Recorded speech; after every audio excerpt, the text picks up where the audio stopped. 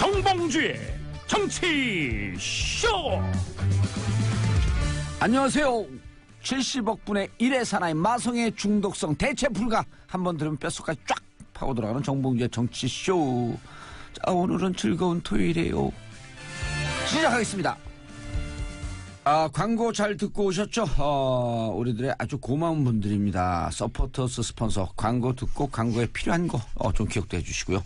자, 오늘 함께 하실 우리 보조 MC 연락 안 되는 불통의 MC 좋은 날의 아나운서. 네, 안녕하세요. 자, 오늘은 여의도 미신타파, 정치권 미신타파 관상을 보고 당신 대통령 돼요. 당신 국회의원 돼요. 이런 거 하지 말고 과학적으로 분석해 줄 수 있는 자 전문가들 함께 모시겠습니다. 우리나라 심리학계의 고수시죠. 청담 하버드 심리센터 최명기 원장님 인사하시죠. 네, 반갑습니다. 예. 또 불러주셔서 고마워요. 예. 고마워요. 저도 반가워요. 우리 좀 상태가 좀 안 좋은 것 같죠? 네, 예, 오늘 토요일에서 너무 행복해서. 자, 그리고 전공 이쪽이 아닌데 스스로 심리 분석의 달인이라고 자뻑. 자, 경희대 이태광 교수님 자리하셨습니다. 네, 반갑습니다. 예, 네, 아무거나. 참 독특해. 평상시에 얘기하면 뭔 말인지 몰라. 웅얼웅얼거리거든요. 그런데 별명 옹알이라고 줘줬거든. 네. 근데 마이크만 들이대면 알아듣게 얘기하더라고. 마이크가 말을 하는 거죠. 제가 우리 이런 거 좋아. 아무거나 비평하는 이태광입니다. 감사합니다. 아무거나 자, 오늘은 지난주에는 우리가 박근혜 대통령 심리 분석을 했는데요. 좀 재밌는데 좀 길었다. 왜 길게 느껴졌냐 했더니 이미 감옥 간 사람. 들어간 사람 뭐. 이미 그 서쪽으로 진해. 석양에 진해 해가 뜨거워야 얼마나 뜨겁겠냐. 그걸 뭘 또 얘기를 하냐. 뒷북이다. 이런 분들이 댓글로 한 명도 없었습니다. 어쩐지, 네. 무관심이 가장 무서운 거예요. 요즘 세상에서는. 말 시킬 때 하세요. 죄송합니다. 자, 여러분들, 버스 탔는데 버스 기사님이 우리 방송을 틀어줬다. 그런 거 나중에 꼭 우리 주중할 때 문자 보내주시고요. 그리고 택시 기사님들 이 시간대 타고 가면 기사님 103.5MHz 좀 틀어주세요. 너무 재밌어요. 네. 그리고 우리 똑똑해지는 시민 되고 싶어요. 네. 버스 기사님한테 틀어달라 그러면 내리세요 이러거든요. 그럼 택시는 안 내리잖아요. 네. 그다음 또 요구할 때 있어요. 지하철 운전기사는 없나? 근데 저 진짜 여기 오는 길에, SBS 오는 길에 예. 택시 아저씨가 오늘 정치쇼 듣고 계시더라고요. 그래서 저 거기 출연하러 간다고 자랑했어요. 그랬어요? 네. 예. 그 사람은 다시 듣기로 듣고 계신 겁니다. 자, 오늘은 후보자들 분석 좀 해줘야 돼요. 네네. 예. 근데 우리 이런 거 미리 말씀 안 드려도 되나? 후보자들 하다 보면 부정적인 얘기도 할 수 있거든요. 네네. 긍정적인 얘기도 할 수 있고. 네. 청취자분들이 취사 선택해갖고 도움이 되도록 얘기하는 거지 어느 후보를 비판한다든지 비난한다든지 이러려고 하는 거 아니잖아요. 네. 우리가 좋은 밥 먹고 비싼 돈 갖고 생활하면서 왜 그런 얘기를 해요? 다만 우리 청취자분들이 판단의 근거를 드리기 위해서 정보 제공한다. 네. 이렇게 좀 이쁘고 귀엽게 봐주셨으면 감사하겠습니다. 좋은 날에님. 네. 누구 지지해요? 그거 말하면 안 되지 않을까요? 이런 자세 좋아요. 네. 똑똑해졌어. 몇 주 만에. 생각하고 있는 후보는 마음속에 두고 있죠, 내가 있죠. 밀고 있는 후보를 너무 적극적으로 얘기하면서 주위 분들하고 싸우지 말고. 네, 그럼요. 그럼요. 네. 다 좋은 후보 뽑자고 하는 건데. 저거 다 개인적으로 생각하는 예. 마음속에 두고 있는 후보들은 있으니까. 예. 네. 토론은 할 수 있으나 내 생각을 막 강요하고 그러면 안 돼요. 나는 5월 9일날 투표 안 할 거예요. 투표 안 할 거예요. 부재자 투표하실 건가요? 아니요. 5월 4일 5일도 안 해요. 사전 투표도 안 해요. 그럼요. 전 투표권이 없어요. 맞네. 갑자기 누가 뒤통수로 한 대를 빡 때렸어. 투표권 넘는 사람이 방송을 진행하고 이래 되겠습니까? 방송권은 있어요. 근데 사실 이것도 제가 얘기하는 게 아니에요. 마이크가 얘기하는 거예요. 마이크가 얘기하는 거구나. 자, 후보. 제일 지지율이 높은 후보부터 내려가는 게 좋겠죠? 아니면 하고 싶은 대로 하세요, 그냥. 아닙니다. 그래도 예. 공정해야 되니까 예. 지지율이 높은 후보부터 하는 게 맞는데 예. 그게 어느 여론조사를 사용하냐에 따라서 달라집니다. 냉철해. 근데 요즘 대체로 다 높은. 네. 대체로 높은 하면은 문재인 후보가 제일 먼저 떠오르긴 그렇죠. 합니다. 네. 하세요. 문재인 후보의 가장 커다란 장점이자 단점은 말이 없다는 겁니다. 마부만 있어요? 그러니까 굉장히 말이 적기 때문에 예. 말이 적기 때문에 결과적으로 굉장히 인내심이 강합니다. 그렇기 때문에 왜냐하면은 결국 우리의 정치가의 인내심이라는 게 바닥이 날 때는 말을 하면 안 되는데 말하고 싶은 걸 참지 못할 때 말을 해서 실수를 하기도 하고요. 결정이 빨라지기도 하는데 대부분 많은 전형적인 정치인들은 자신을 돋보이고 싶기 때문에 네. 말을 하고자 하는 욕구를 억제를 못해요. 그런데 문재인 후보는 전형적인 정치인과 다른 경로를 시작했기 때문에 일단 말이 없다는 거. 그렇기 때문에 실수가 적다는 거, 무게감을 준다는 건 가장 커다란 장점인데요. 인내가 깊다는 거. 네. 반대로 이 장점은 또 문재인 후보의 그대로 또 단점이 되기도 합니다. 문재인 후보를 반대하는 입장에서는 말이 없다는 게 참고 있다는 걸로 비춰지지 않고 권위적이라고 읽혀지게 될 수가 있고요. 그런 다음에 인내한다고 하는 게 결단을 갖다 안 하고 있다고 읽혀질 수 있고요. 답답하다. 네. 그렇기 때문에 사실은 예. 이렇게 네. 이 모든 대선 후보들의 장점과 단점은 사실은 양날의 칼과 같습니다. 동전의 양면이다. 네. 아하. 교수님, 네. 이태강 교수님. 금방 뭐 말씀하신 그 내용에 저도 상당히 동의를 하고요. 근데 저는 이제 약간 좀 징후적으로 봐야 되는 거 아니야. 왜 문재인 후보가 무슨 말을 적으로요? 징후 징후적으로. 일종의 그게 뭐 원인이라기보다는 문재인 후보가 왜 말을 아낄까라는 것. 그게 이제 좀 결과적이라고 저는 생각을 한다는 거죠. 예. 그래서 이제 문재인 후보 같은 경우는 정치를 하게 된 동기가 본인에게 있지 않습니다. 다른 후보들 같은 경우는 본인이 잘나서 정치를 하는 거거든요. 대부분. 본인이 잘 되기 위해서. 네. 또 본인이 돼가지고 잘할 자신이 있기 때문에 하는 건데 문재인 후보는 그런 식의 슬로건을 내세우질 않아요. 문재인 후보는 사실 다른 어떤 목적이 있죠. 우리가 알고 있는. 다시 말하는 어떤 억울한 어떤 그런 여러 가지 문제들을 해결하겠다라는 것이 있고요. 일종 우리가 이제 보통 일반적으로 이야기하는 그 노무현 전 대통령과 관련된 네. 노무현 전 대통령의 억울한 죽음. 네, 그런 것들과 관련된 반드시 죽음을 해명하겠다 이런 문제보다는 네. 거기에서 완성하지 못했던 참여정부의 어떤 미완의 기획들을 내가 완성하겠다라는 그런 식의 동기를 가지고 정치를 하신 거예요. 오늘따라 이태강 교수가 좀 위대해 보이네, 벼랑하네. 저 평소에 이런 말 많이 해왔는데 예. 평소에 그렇게 얘기할 때 제가 안 들었거든요. 그때 라디오에서 이야기를 안 해서 그런 거예요. 근데 여하튼 그렇기 때문에 문재인 후보는 항상 뒤에 있습니다. 그래서 이게 이제 말씀하신 장점이자 단점이죠. 그래서 굉장히 훌륭하신 분이에요. 만나보면은 문재인 후보만한 분이 없어요. 정말 훌륭하신 분이에요. 그럼 문재인 진영의 로고송을 만들어라 그래야겠네. 왜요? 만나면 좋은 좋은 친구. 친구. 역시. SBS 정봉주의 정치쇼. 역시 갑자기? 이게 이제 정봉주 의원 같은 분이 이제 정치를 하게 되면 본인이 잘나서 하는 거죠. 네. 근데 이제 그게 사랑이다. 네. 그게 문제가 이제 말씀하신 단점이 될 수가 있는 예. 이유가 그러다 보니까 본인이 포용할 수 있는 사람 범위 내에서만 큰형님 노릇을 할 수가 있는 거예요.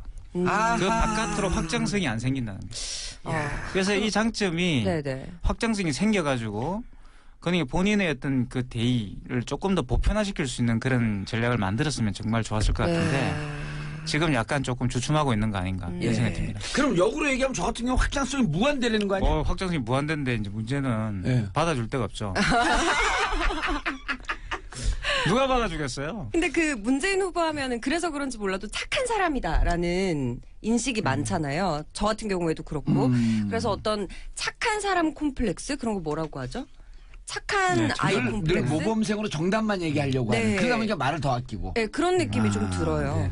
근데 그게 이제 문재인 후보가 쓴 운명이라는 책을 보다가 보면은요. 네. 단어를 세워보다가 보면 가장 많은 단어 중에 하나가 미안하다와 고맙다예요. 야, 근데 그건 좋은 건데. 네. 심성이. 네. 그러나 이제 우리가 착하게 되는 데는 이제 몇 가지 요소가 있어요. 하나는 이제 상대방이 불쌍하니까 착해지는 것도 있고요. 또 반대로 본인이 어떤 본인이 이렇게 확 드러나는 거에 대한 뭔가 부끄러움이 있다가 보면은 말수가 없어지다가 보니까 저절로 착해져요.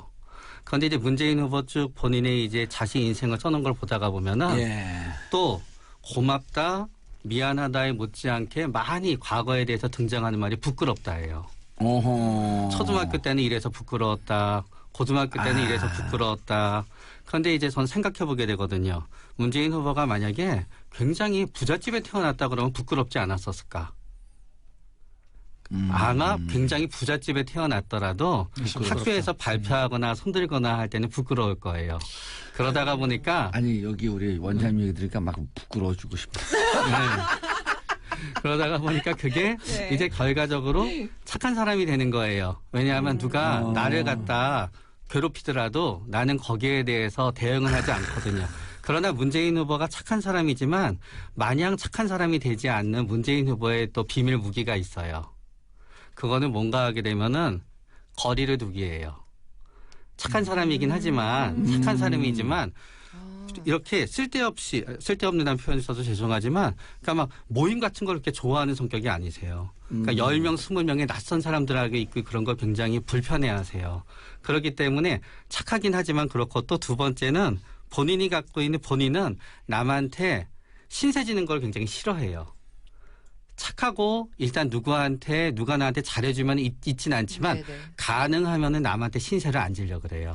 그래가지고 결국은 문재인 후보의 깍듯한 예의가 네네. 본인의 커다란 그 방어막인 거예요. 그래서 1대1로 만날 때는 설득이 돼요. 그래도 문재인 후보의 주된 세력은 문재인 후보가 1대1로 설득을 한 사람들이에요. 그건 역시 장점과 단점이에요. 그게 장점인 거는 그렇게 해서 예상치 않은 사람들을 갖다 이제 끌어들일 수도 있어요. 그러나 단점은 뭔가 하면은 그 사람들이 스캔들이 나거나 구설수에 있을 때 책임을 져야 돼. 네, 냉정하게 처리하지가 못하게 되고요. 그거는 아마 지금보다는 내각을 구성하시고 나서 본인이 막상 내각을 구성했고 선거초로를 모시고 왔는데 그분이 부적절했을 때 빨리 결단을 내려야 될 때 네. 시간을 갖다 끌게 될 가능성이 조금은 있으세요. 야, 김종인 대표를 모시고 왔는데 김종인 대표가 네. 계속 문재인 대표를 우유부단. 계속 깠잖아요. 네. 디스하고 비판하고 그렇죠. 대통령 후보로서 자격이 없다. 무능하다. 네. 이렇게 했는데도 끝까지 그분에 대해서 비판하지 않는 게 이런 심리 구조네. 진짜 답답했거든요. 저는 또 정치라는 것이 반드시 그런 개인의 심리에 의해서 움직인다고 또 생각하지는 않습니다. 문재인 후보가 물론 그런 심리적인 어떤 구성을 가질 수는 있지만 제가 볼 때 문재인 후보는 제가 보통 생각하는 인간 유형이 두 종류가 있어요. 하나가 뭐가 있냐면 내가 너의 오빠가 돼줄게. 내가 너의 누나가 돼줄게라는 심리가 있고요. 또 일반적으로 또 네가 나한테 잘해주면 나도 너한테 잘해줄게.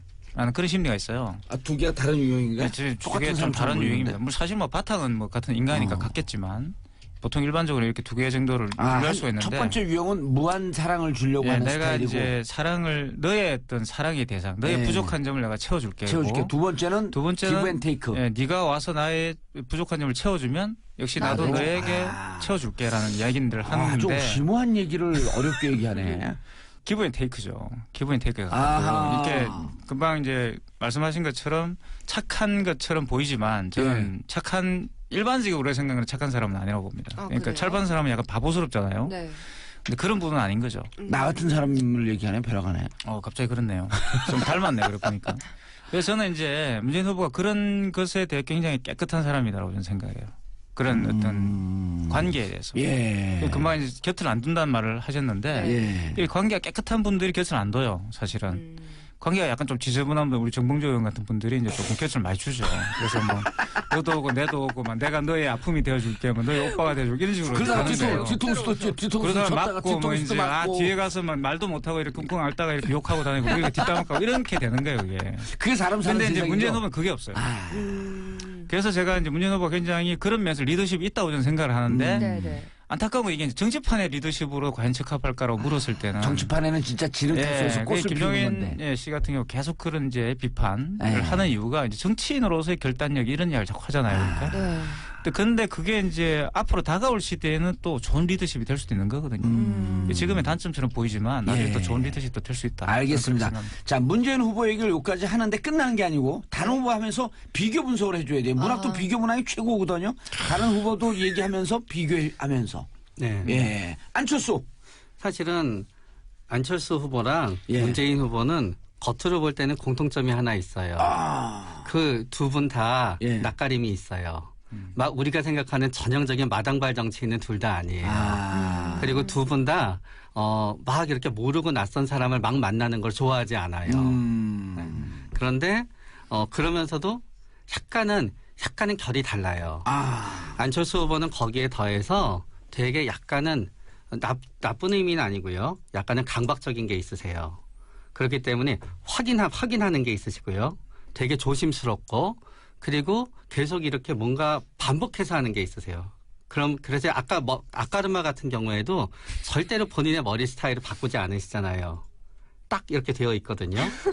그러고 나서 네. 본인이 원래 의대랑 공대랑 사이에서 이렇게 하다가 의대를 갔지만 결국은 또 다시 공대에 갔어요. 네. 그 첫 번째 유학 가셨을 때가 사실은 공대에 속해져 있는 그 경영을 가르치는 과정이었거든요. 익세큐티브 엔지니어링이라고요. 그러고 나서 본인이 임상의사는 안 되셨지만요. 결국은 본인이 서울대 전체의 교수가 되면서 또 교수가 됐어요. 그러니까 하다가 못한 거는 어떻게든지 돌고 돌아서 인생에서 해야 돼요. 단국대 교수를 그만두셨지만 결국은 카이스트랑 이렇게 됐어요. 공대를 못 갔지만 결국 공대 교수가 됐어요. 그렇듯이 이번에 그런 점에 있어서는 문재인 후보랑은 약간은 이제 다른 점이 있는 거예요. 집요하게 결국 자기가 하고 싶은 걸 한다. 네, 그러나 그 집요함이 어떤 욕망에 의한 집요함이 아니에요. 욕망에 의한 집요함이 아니라요. 강박성 집요합니다. 약간의 강박인데 그게 또 장점이 또 돼요. 왜냐하면 강박적인 분들이 되게 깔끔해요. 그렇기 때문에 만약에 안철수 후보가 대통령이 된다. 그리고 내각을 구성했다고 이제 가정해 보는 거예요. 그러면은 내각이 어떻게 행동을 하든지 가급적 직접적으로 간섭을 안 하려고 할 거예요. 네, 그런데 간섭을 안 하는 것도 두 가지 유형이 있거든요. 네. 첫 번째 유형은 뭔가 하면은 아무것도 모르고 간섭을 안 하는 거예요. 두 번째 유형은 박근혜 네. 전 대통령처럼. 네, 딱 떠오르긴 하네요. 네. 그러나 이제 미국 대통령 중에 그거로 제일 유명했어서 레이건 대통령이었어요. 레이건 대통령은 잘 몰라요. 세부에 대해서 별 관심도 없어요. 그래가지고 1기와 2기가 있는데 1기 청와대 1기 백악관은 너무 좋아서 잘 굴러갔고요. 2기 백악관은 진짜 안 굴러갔어요. 그런데 안철수 후보는 다 알아요. 다 알고 자기 생각도 있어요. 그러나 자기 막 드러내놓고 그걸 간섭하진 않아요.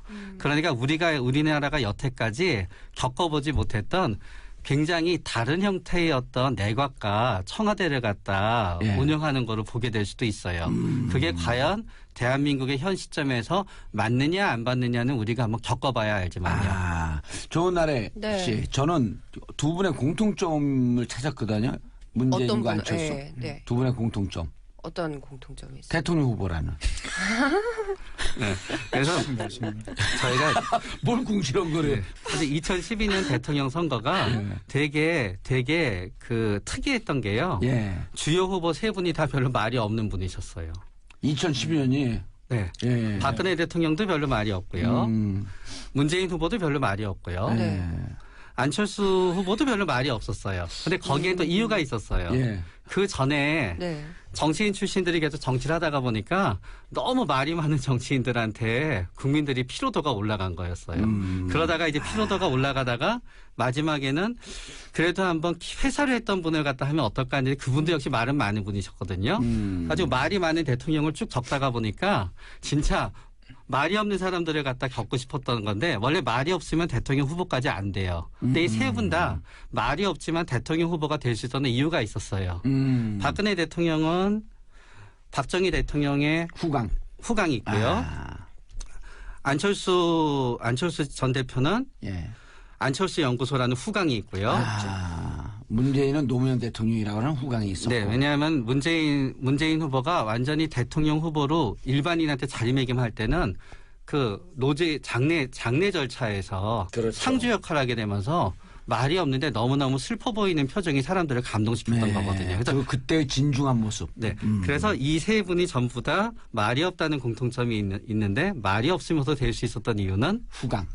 뭔가 남과 같이 시작하지 않고 사다리를 갖다 올라간 시점. 에서 시작한 거예요. 이게 설득력인데 이 교수님. 그 대통령 그 논 중에 이런 게 있거든요. 한 번은 대머리가 되면 한 번은 비대머리가 되고. 그 다음에 대머리가 되고 이런 게 있어요.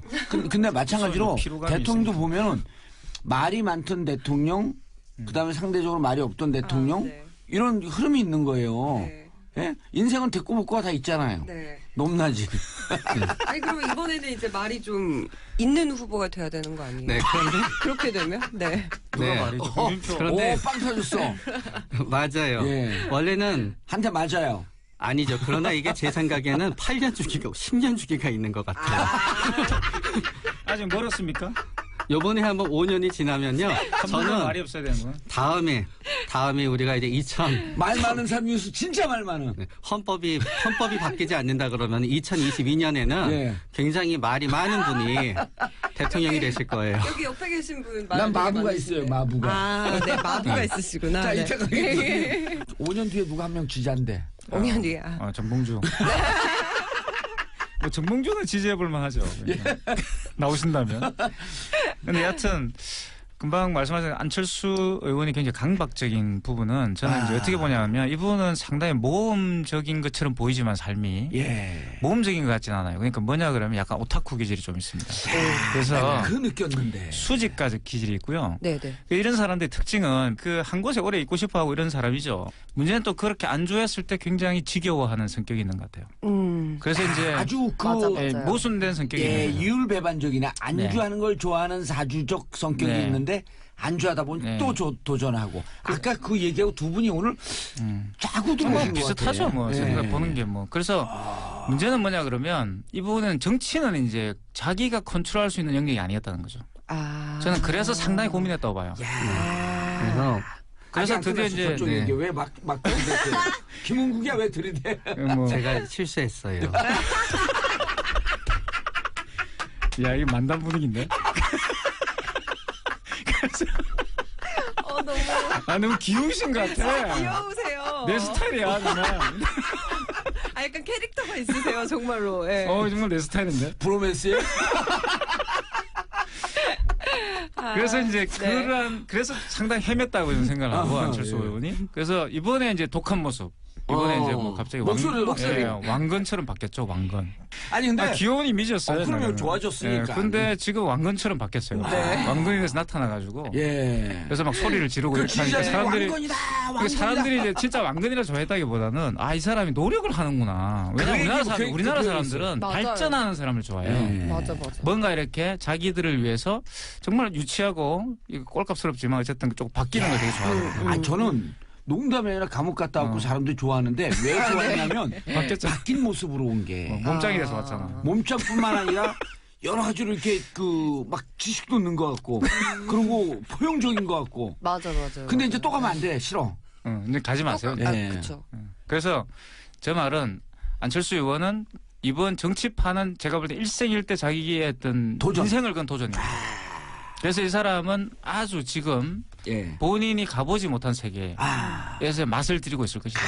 그래서 정말 뭔가 이번에도 그 관훈 토론 나와서 토론을 하는데 예. 굉장히 자신만만했어요. 오. 굉장히 자신만만하고 논리적이었고. 예. 그래서 만약에 이분이 대통령이 된다면 그렇죠. 뭐 금방 말씀하셨던 것처럼 전혀 이제 지금까지와는 다른 유형의 대통령이 될 것이다. 돌발 질문. 네. 삼수는 할까요 안 할까요? 삼수는 안 할 것 같습니다. 저도 안 할 것 같아요. 예. 왠지. 저는 합니다. 정말요? 왜냐하면 나도 강박적이시거든요. 나도 이쪽으로 더 갔어. 그놈의 강박. 네. 이쪽으로 더 갔어. 나도. 그래요? 예. 네. 근데 이제 저는 조건이 주어지면 할 건데요. 예. 왜 사적 권한지 내려변을 아니, 이 본인 입장에서, 제 말은 본인 입장에서, 예를 들어서 한다는 뜻은 뭐냐 그러면 안철수 의원 본인 스스로가 나는 다음에 또 나오겠습니다. 이렇게 말을 하진 않을 거라는 예. 조건이 주어지면, 조건이 저 당연히 조건이 주어질 거라고 네. 보거든요. 네. 그러면 저하고 또다시- 그 점은 저하고 똑같네요. 네, 저는 또다시 정치 머뭇거리다 안 하겠습니다 할 거예요. 그랬거든요. 네. 방송하겠습니다. 난 방송만 하겠습니다. 근데 이제 조건이 주어지면 또 뭐 하죠. 하라고 하면은 아이고 어떡하지? 근데 자기 일생일대의 도전이라고 얘기하신 게 되게 좋은 표현이신 게요. 예. 안철수 후보가 성취는 많지만 그 성취가 굉장히 자발적이지 않은 부분이 있었어요. 그렇죠. 예를 들어서 의대 교수님이 되셨지만 그 교수님은 임상의사가 되는 게 불편했기 때문에 교수님이 되신 게 있으셨고요. 벤처를 하게 되신 것도 교수님을 하다가 그만두신 다음에 원래는 연구소 같은 거를 하시려고 했었어요. 그 국가 기금을 받아서 본인이 쓰신 거예요. 네, 네. 근데 그게 안 됐을 때 이제 벤처를 하게 됐었고 처음에 한글과 컴퓨터에서 일정 부분 매출 보장을 해주면서 되게 된 거예요. 한컴에서. 네.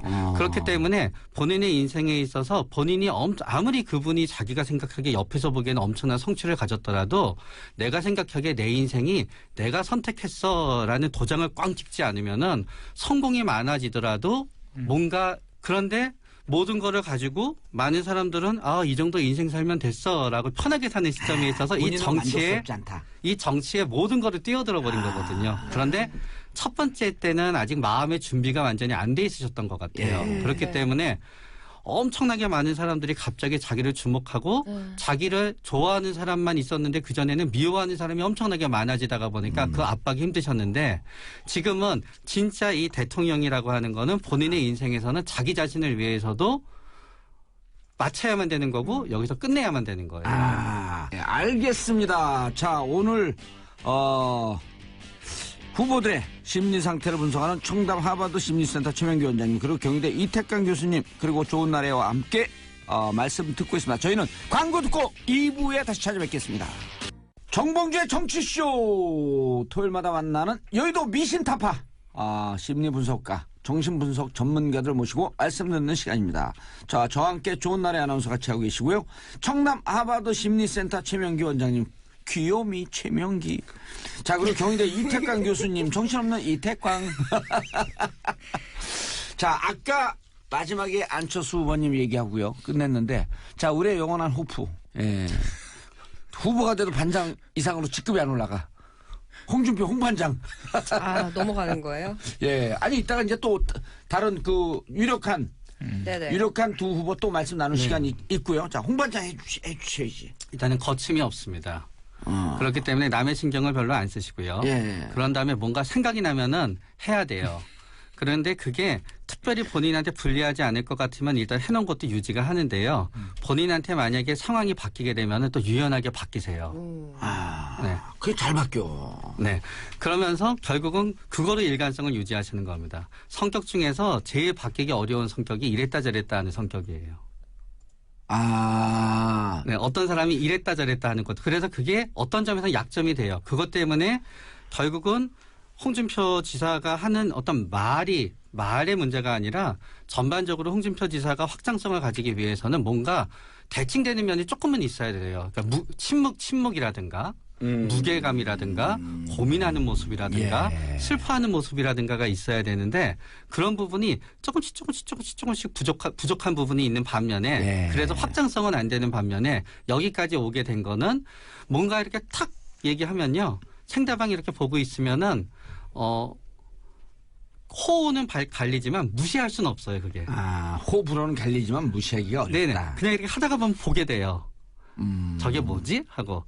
그러나 이제 거기에서 뭔가 대칭되는 이미지가 조금 있어야지 확장성은 가지게 되는 거죠. 예를 들어서 경우에 따라서 어떤 그림이 잡혔는데 홍준표 후보가 깊이 슬퍼하는 그림이라든지 맞아요. 혹은 고민하는 그림이라든지 아니면 생전 예기치도 않는데 길 가다가 어떤 어려움을 겪고 있는 어르신들을 도와주는 장면이 우연히 찍혔다든지 이렇게 되면 어마어마한 강점이 될 뻔.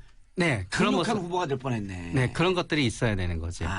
네. 이분이 모래시계 검사라서 아마 그렇지 않을까 싶고요. 예. 그리고 한마디로 저는 홍준표 그 후보를 우리 보면 방송 듣는 젊은 분들은 모래시계 모릅니다. 모릅니까? 설명해 주셔야 돼요. 모래시계는 이제 90년대 굉장히 유행했던 드라마 아니에요? 드라마죠. 네.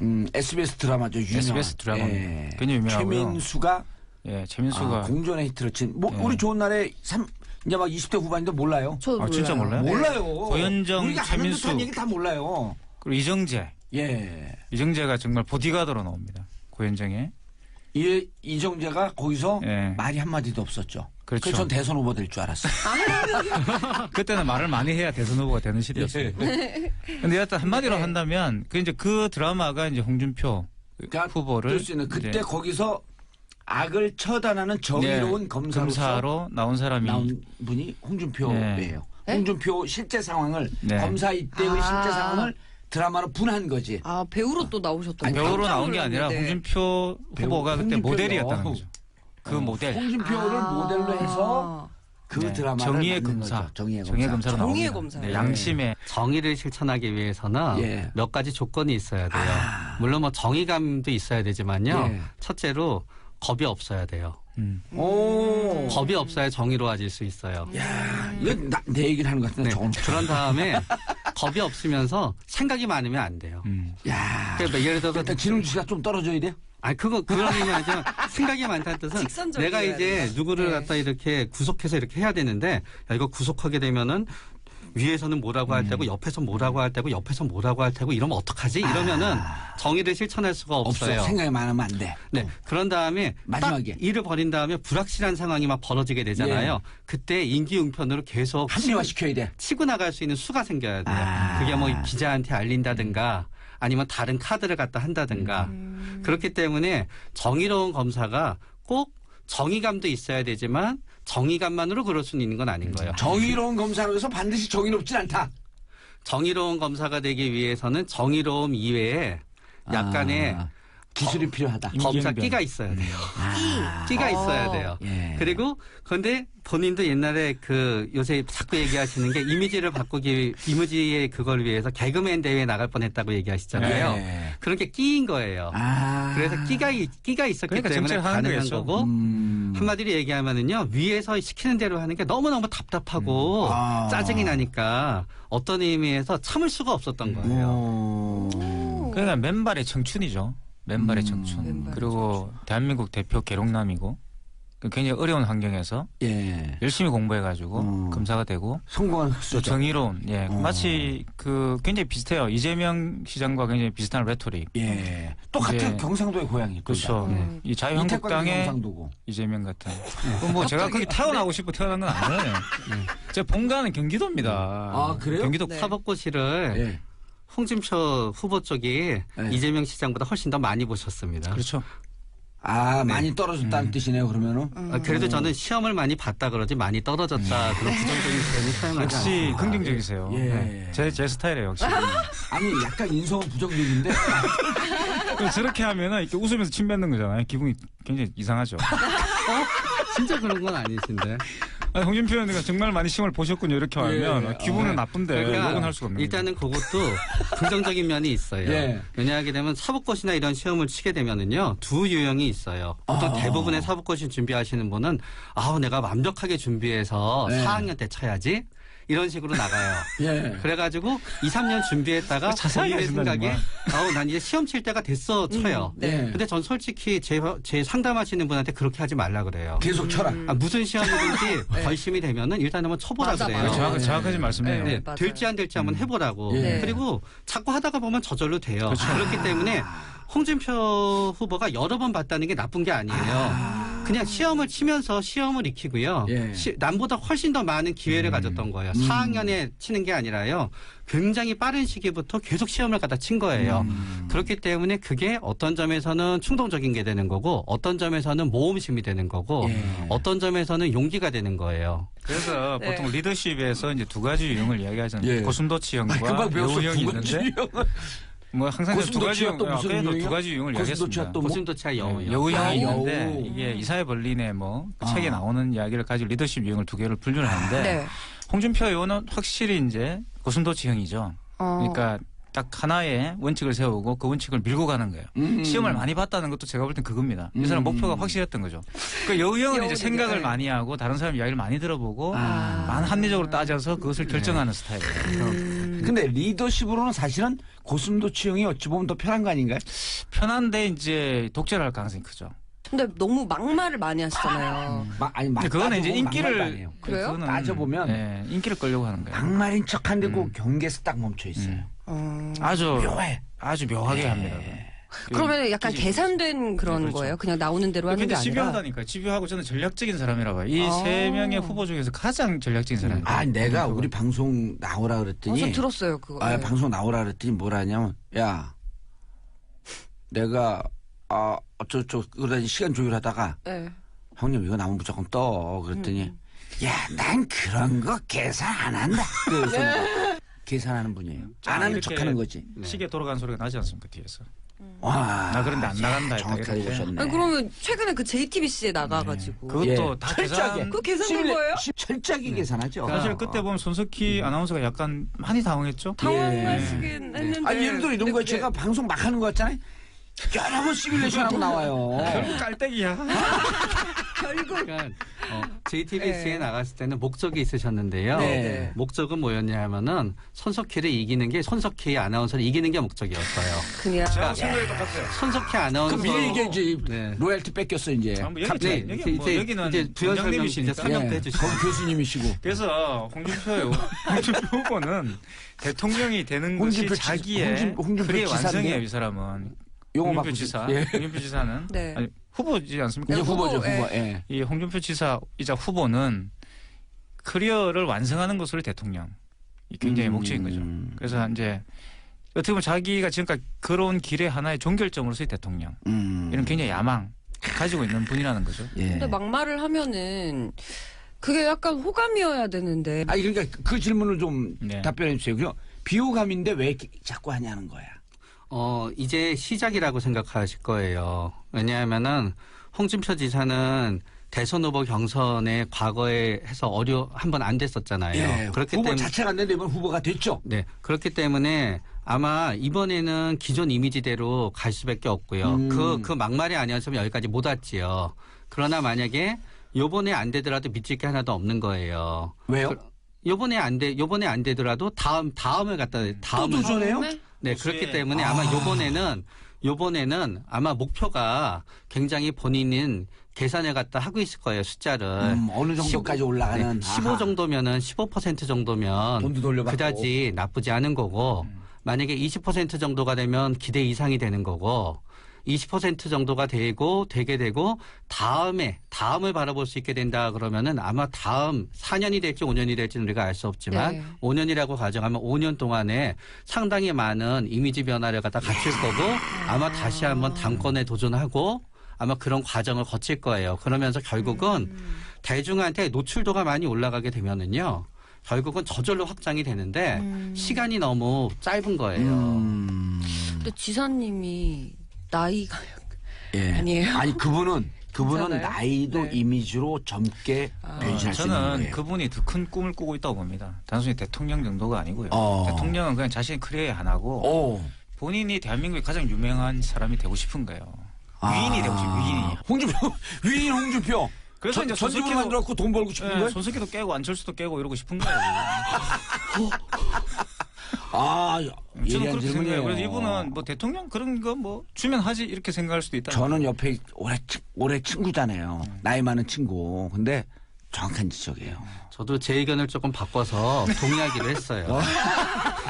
저는 융통성이 있어요. 아니 근데 이 갈팡질팡하는 성격이 고치기가 제일 힘들어. 역시 그러나 들어보니까 제일 맞는 것 같아요. 왜냐하면 제 스타일이야. 제 네. 스타일. 의견 이전- 바꾸는 것도 제 스타일이에요. 이전에 회식 같은 모임이나 회식이나 그런 게 있게 되시면은 네. 되게 본인이 거기서 웃기고 사람들 관심 받는 거 되게 좋아했거든요. 아, 누가요?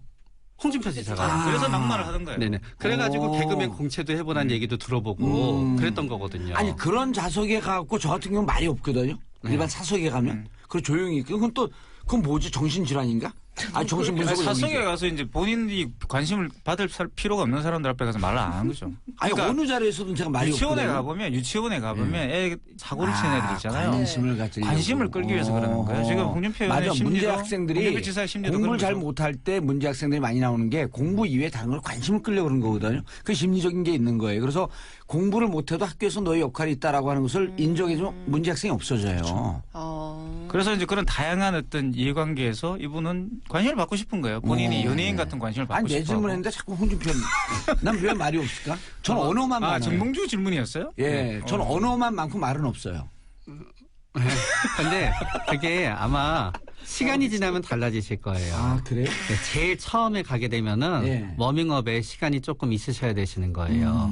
그러다가 그게 아는 사람의 모임이건 예. 어떤 모임이건 한 10명 정도 있게 되면은 예. 그 분위기에 익숙해지는데 처음에 시간이 있으셔야 되시는 거고요. 그리고 나서 그다음부터 말이 약간의 많아져요? 화학적인 도움을 받으시면 예. 말이 많아지시는 거죠. 자, 심상정. 심상정. 아, 신블리. 아, 신분리는 신분리도 저는 상당히 많은 부분에서 홍준표 지사와 비슷하다고 봅니다. 오, 그런데 정치인은 이제 좀 반대에서 비슷한 자랐죠. 반대 반대. 자랐고 예. 사실 신분리 같은 경우는 이런 게 있어요. 그러니까 내가 80년대를 그렇게 살지 않았더라면 훨씬 더 잘 돼 있을 거다. 라는 생각을 후회가 갖거든요. 있어요? 아니 후회가 아니에요 이거는. 그러니까 잘 돼 있을 거라가 아니라 홍준표 같은 이런 사람은 아무것도 아니야 라고 생각하는 게 있다는 거죠.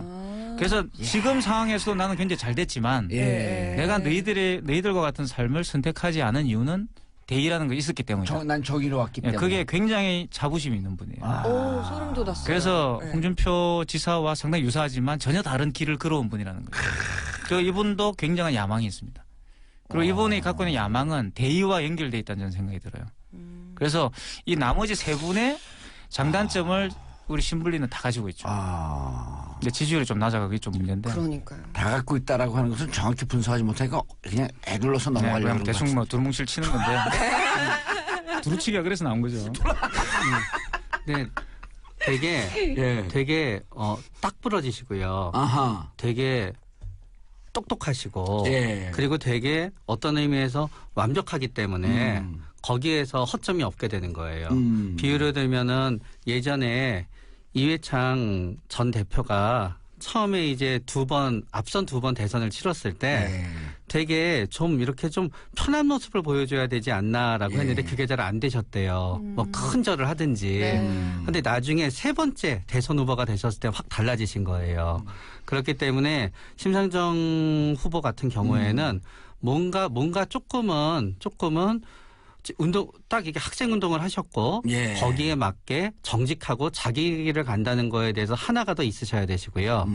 결국은 저는 차기에 가장 유력한 대권 후보가 될 수도 있는데 네. 그러기 위해서는 요번 선거에서 만약에 예.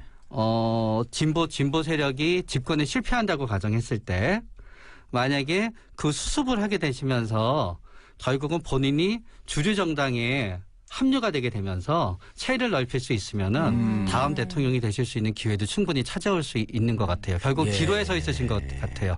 내가 계속 나의 길을 가면서 올바른 길과 올바른 이미지를 가질 것인가 아니면은 새를 결국은 택할 것인가. 네, 결국은 안철수 후보가 여러 가지 어려움은 있지만 네. 결국은 더민주당에 들어왔었고 죄송해요. 새정치연합에 들어왔었고 거기서 국민의당으로 나가면서 결국은 본인의 개인에서 확장성을 가졌듯이 심상정 후보께서도 진짜 본인이 대통령이 돼야 되겠다고 생각하게 되시면은 언젠가는 본인의 이미지를 한번 망가뜨리셔야 돼요. 한국판 버니 샌더스가 될 수가 있겠다. 민주당에 들어오는. 네, 그렇죠.